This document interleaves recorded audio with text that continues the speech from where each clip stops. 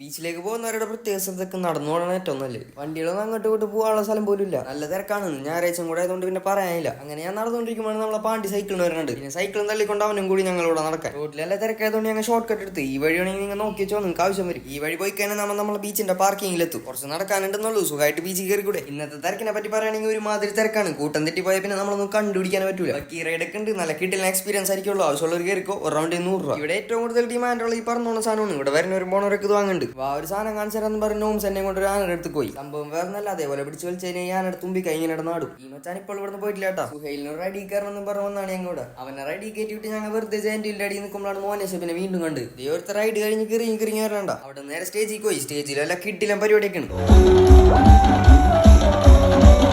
സ്റ്റേജിന്റെ ചുറ്റു തന്നെ പരിപാടി. എല്ലാരും വെറുതെ പൊളിയാണ്ടാ. അവിടെ ഞങ്ങൾ നേരെ ബീലൊക്കെ പൊറോട്ട കഴിച്ചാടേക്ക് വന്നു. എന്ത് കഴിക്കുന്ന ആലോചിച്ച് അവസാനം മുളക് ബജി തന്നെ പറഞ്ഞു. നല്ല ക്രിസ്പി മുളക് ബജിയാണ്ടാ. ഷിഫാസിന് ഭയങ്കര ഇഷ്ടമുണ്ട്. നല്ല മുളക് ബജിയാണ് എനിക്ക് ഇഷ്ടമായി. സൂപ്പർ സാധനം. അപ്പൊ കോട്ടെ മച്ചാമാരെ, ബൈ ബൈ.